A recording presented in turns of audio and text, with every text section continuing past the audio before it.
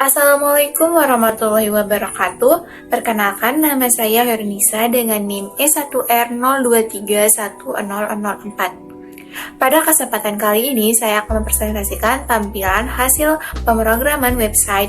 Saat kita mengklik tombol mulai, pada bagian ini kita akan menuju menu, di mana di dalam menu ini terdapat dua navigasi utama, yakni dashboard dan produk.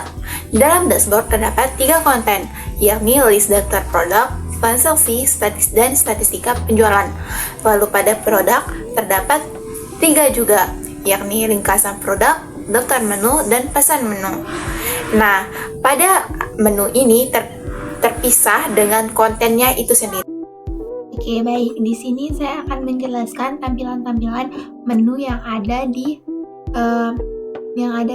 aplikasi kasir ini. Yang pertama, saya akan menjelaskan konten list daftar produk yang ada.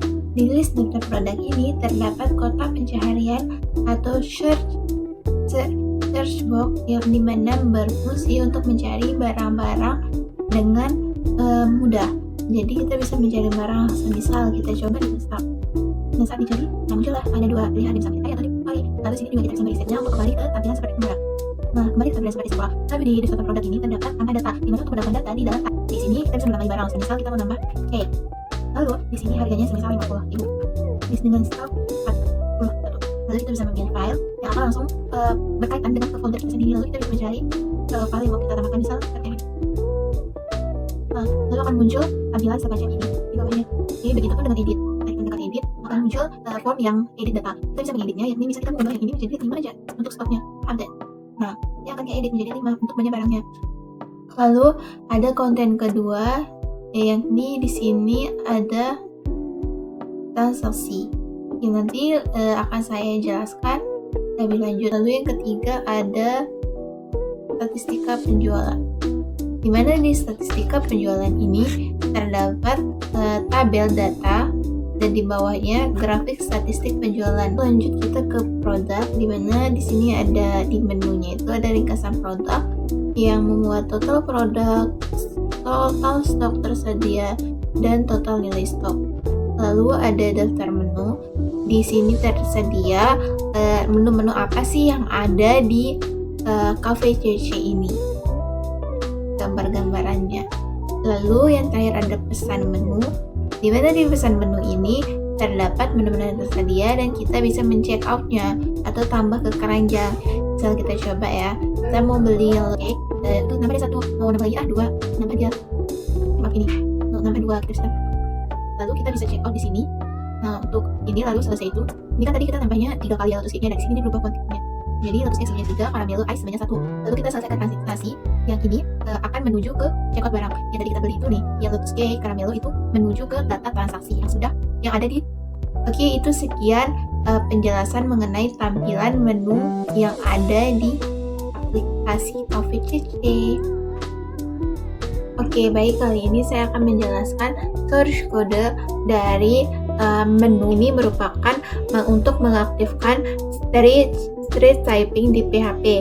Jadi semua tipe data harus sesuai dengan yang dideklarasikan. Yang dideklarasikan contoh itu kan misal fungsi wajib menerima string. Nah, lalu di sini apa sih OB star ini, yakni untuk memulai output buffering agar hasil echo bisa dikontrol dan dikirim ke browser untuk semua diproses. Nah, lalu di sini ada fungsi bantuan helper yang dimana function string writer HTML special charts, yang ini tuh fungsinya ini untuk mencegah XSS atau cross site scripting dengan cara mengkonversi karakter itu menjadi aman ditampilkan di HTML. Nah, get m dashboard $s get s product, apa sih maksudnya? Jadi ini tuh M sebagai menu utama, kita misalkan M sebagai menu utama, lalu S sebagai produk atau submenu. Oke, lanjut. Di sini ada function content string, M, string S, void. ini mengecek jika Aisyah terus M kan di menu utama dan ini submenunya tadi. Ini untuk mengecek apakah kombinasi M dan S ada di routes atau tidak. Kalau tidak ada, akan muncul halaman tidak ditemukan. Nah, lalu kalau ada, berarti akan menampilkan judul halaman sesuai dengan title. Nah, lalu dia akan mencari filenya itu di folder utama. Jika file ditemukan di folder utama, yang ini kan kita menamakan foldernya itu 5D bahasa pemrograman. Nah, jika ada di file tersebut akan dimasukkan ke halaman utama.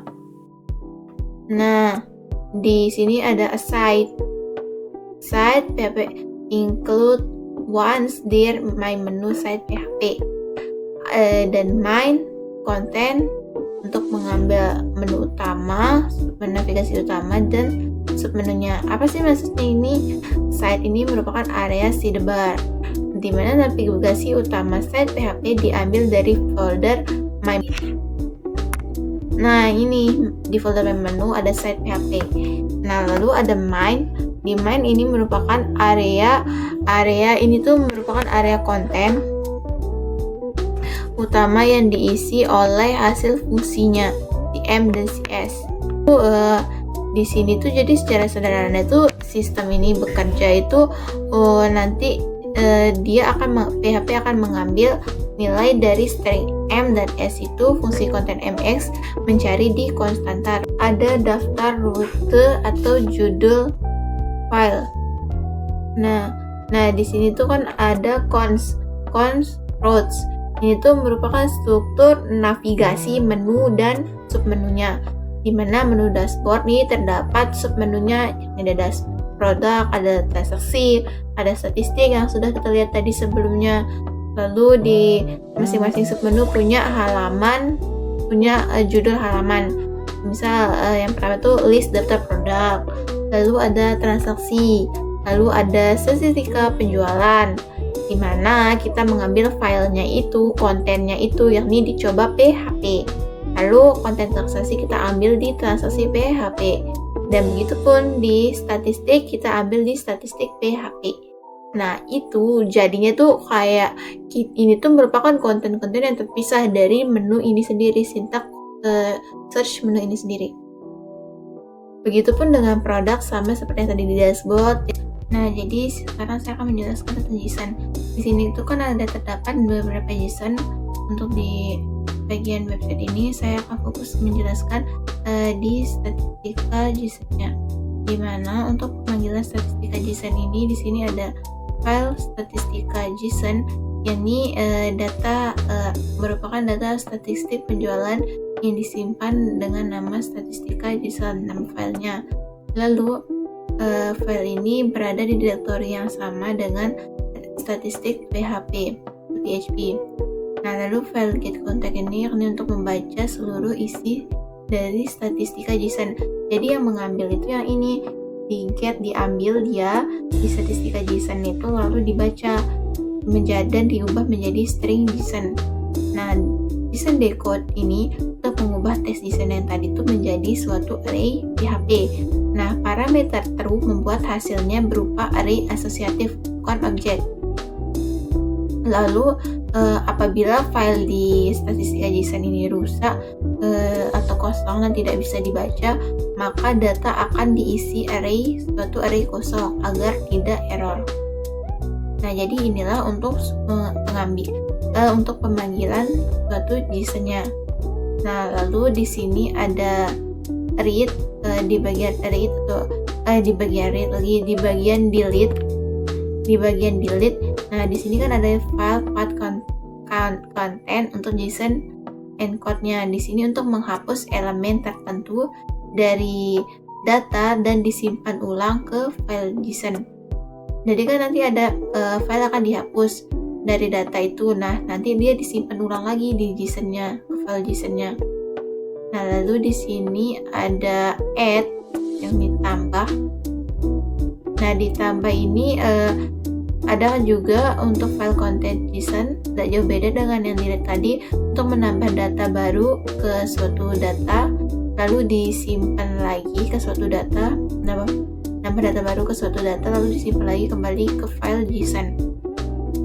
Nah, lalu ada edit. Nah, di sini tuh untuk mengubah nilai X dan nilai Y berdasarkan suatu ID yang sudah di-set, lalu ditulis ulang di file JSON-nya. Oke, baik. Selanjutnya di sini saya akan menjelaskan mengenai proses pembuatan grafik statistik dan tabel-tabelnya yang ada di statistika penjualan ini. Pertama, di atas ini ada tombol input data. Ini ada format post, metode post. Yang ini untuk membuat form HTML yang mengirim data ke server menggunakan metode post. Karena post ini dianggap lebih aman karena tidak diambil di URL.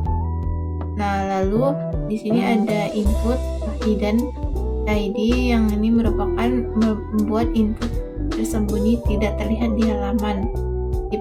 Name ID dibuat untuk menyimpan ID data yang sedang diedit. Artinya jika variabel ID itu ada, tampilan nilainya, kalau tidak ada dikosongkan. Nah, lalu di sini ada X input X dan Y input type. Yang X ini menampilkan kolom X input bisa otomatis terisi kalau sedang diedit. Lalu yang Y juga sama seperti yang X. Jadi input data Y akan dikirimkan untuk disimpan dan diperbarui. Lalu di sini ada tombol submit yang tadi itu untuk mengirim form, dan juga ada jika ID ada itu tombol bernama edit dan teksnya update. Lalu jika ID tidak ada, maka tombol bernama add atau tambah, teksnya tambah. Tabel ini kan ada TR, TH, tabel row, tabel header. Nah, yang di tabel ini, baris-baris ini membuat struktur kepala tabel agar tampilannya teratur. Lalu di sini ada PHP4H untuk digunakan untuk menyiapkan agar setiap data ditampilkan sebagai satu variabel, satu baris tabel.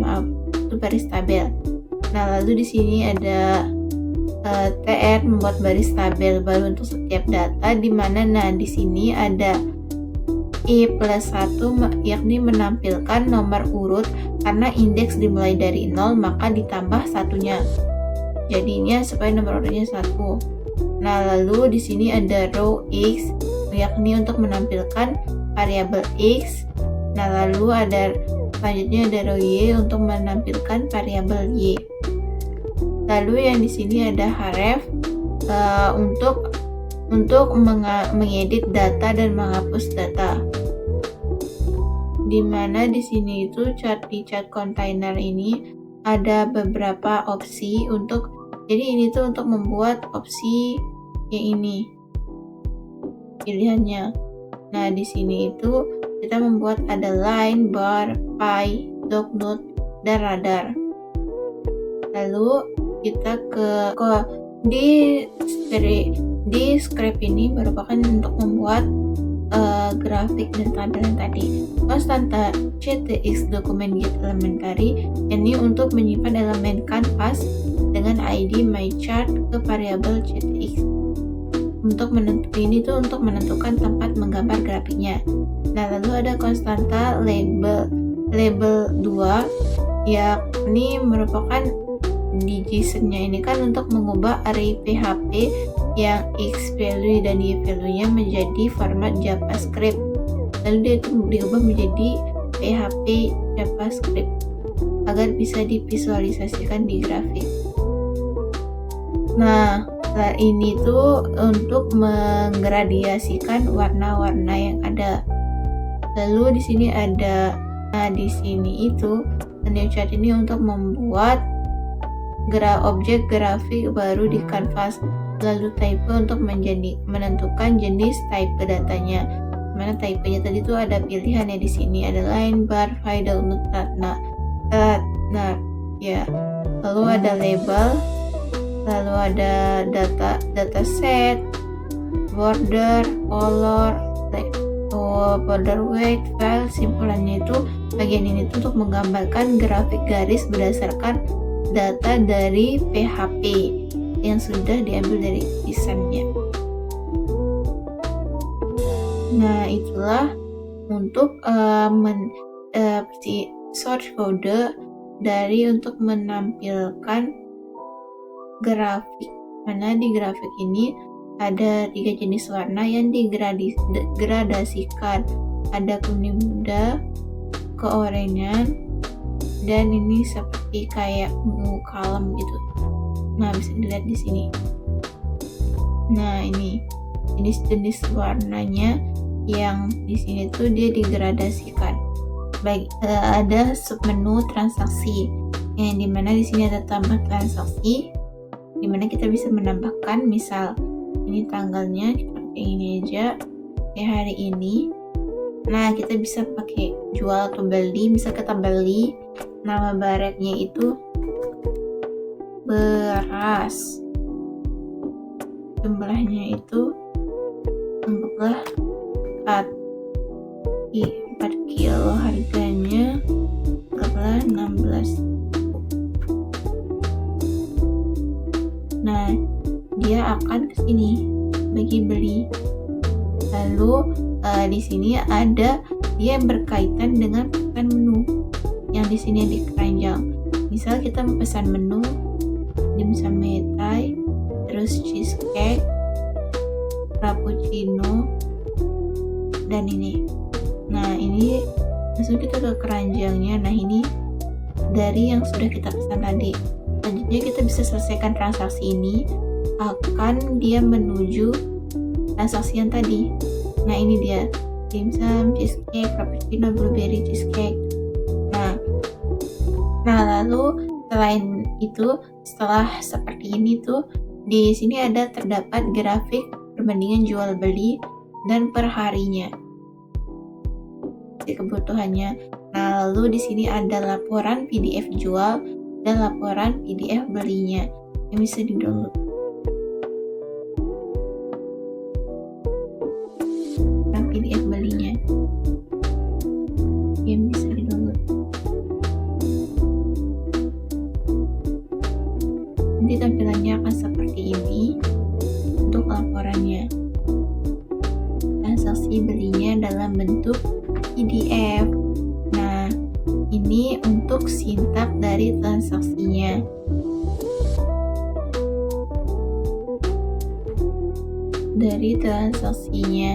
Ini untuk sintaknya, dan ini untuk desainnya yang tadi.